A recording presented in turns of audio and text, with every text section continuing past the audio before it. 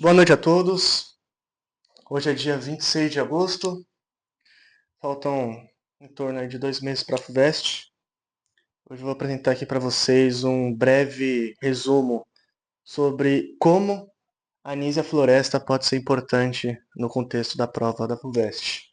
Bom, começando que ela é autora de Opúsculo Humanitário, né? Opúsculo Humanitário é uma das obras obrigatórias da FUVEST, né? Uma das 9 obras obrigatórias, numa lista que só conta com presenças femininas. E a Anísia Floresta é chamada por este nome, que é um pseudônimo de Dionísia. Né? O nome dela não é Nísia Floresta, o nome dela é Dionísia Gonçalves Pinto. Né?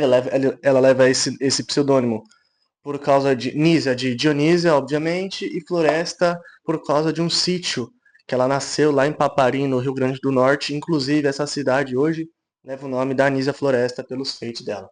Bom, começando. Opa, não posso crescer do microfone, né? Senão fica difícil. Começando pela infância dela, ela nasceu ali em 1810, século XIX, aqui no Brasil, Império.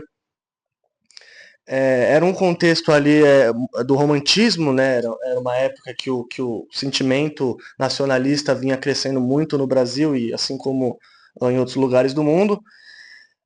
Invariavelmente, ela cresce num lar conservador, né? De acordo ali com o pensamento vigente da época. Se casa aos 13 anos de idade, né, que era uma coisa muito comum antigamente nas populações mais antigas. Tinha esse casamento aí aos 13, 14, 15 anos, que assim, são crianças, né? E importante falar também que por mais que Nísia tenha crescido num lar conservador, ela teve a sua carreira, a sua vida marcada por um pensamento muito progressista ali no âmbito do feminismo, né? Ela foi a primeira voz feminista da história do Brasil. Por isso que é importante aí, a FUVEST considerou importante colocá-la como uma das integrantes da lista de obras obrigatórias. Enfim, é isso. Esse marido que ela teve aos 13 anos, ela acabou se separando num um período de tempo curto, acabou voltando à casa dos pais, era uma coisa muito mal vista na época, né? Inclusive, mas isso foi só uma diversidade no meio do caminho, que ela não deixou se abalar. E depois disso, ela cresce, vira adulta, vive na Europa, ela tem um filho, uma filha, na verdade, que cresce, vai com ela para a Europa, ela tem um filho que acaba o perdendo na infância, né, ainda quando ele era bem criança. E a trajetória dela foi marcada ali na Europa, né? Na verdade, ela fez a vida dela na Europa, ela volta para o Brasil ali só em meados de 60, 70. E é lá que ela tem contato com as influências que levaram ela até esse ideal progressista, feminista, né? Lá ela tem contato ali com o positivismo do Augusto Comte, né? Uma vertente filosófica importante. Teve contato com diferentes culturas, diferentes escolas educacionais. Teve contato ali com a Espanha, com Paris. Inclusive no Opúsculo ela fala muito ali da educação das mulheres francesas, na qual ela relata as mulheres do Sul, né? Se refere assim a elas. E é nesse período, nesse contato, através dessa reunião de ideias, que ela consegue estabelecer a sua posição cravada em Opúsculo Humanitário sobre um ideal progressista, emancipatório feminino. E o Opúsculo Humanitário nada mais, nada menos é do que uma reunião ali de 72 artigos, se eu não me engano, ou 62 artigos, uh,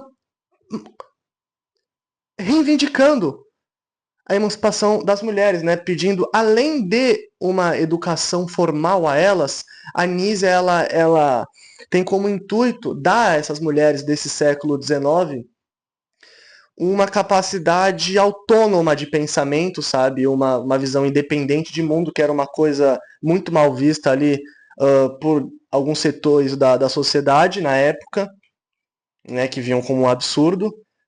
E um marco muito importante para ela, interessante nós vemos aqui ela fundando o Colégio Augusto. Eu não sei se dá para ver muito bem pela gravação, mas enfim, aqui está escrito que ela funda o Colégio Augusto. E o que é esse Colégio Augusto?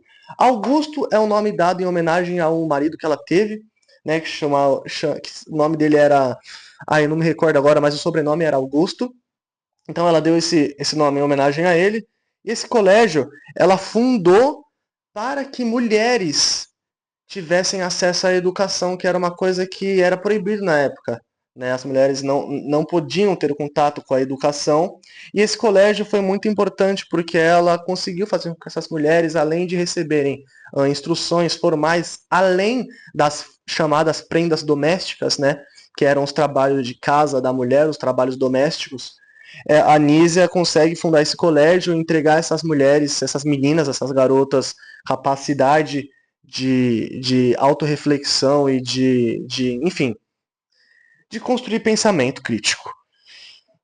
Após isso, interessante a gente falar isso como repertório também, né, num possível tema de redação da FUVEST sobre a participação, a importância da participação feminina na história da educação. Isso entraria muito bem, né, além de ser uma obra obrigatória. É uma coisa muito interessante a gente explorar também, que além da a gente pode ler as obras obrigatórias, para além de responder questões de obras obrigatórias. Isso pode ser um repertório, assim como para a redação da FUVEST, mas para a vida, né? A gente pode levar isso daqui conosco, como bagagem. E, em suma, a importância geral da Nísia, né, que é importante ser demonstrada aqui, é que ela foi uma expoente muito importante no campo emancipatório feminino. Né? Ela foi uma pessoa muito à frente de seu tempo, né? Ali no século XIX, poucas, para não dizer ninguém, para não dizer poucas mulheres tinham esse pensamento que ela teve. E é isso. É importante dizer, frisar também, mais uma vez, que ela teve essa participação importante na educação para além do campo formal, da geometria, por exemplo. Ela gostaria de que as mulheres tivessem pensamento crítico, que era uma coisa que não existia na época. Bom, é isso. Nísia foi a primeira feminista da história do país e por isso, entre outros fatores que eu relatei aqui para vocês, ela é tão importante para nós aí nesse contexto de vestibular. Valeu!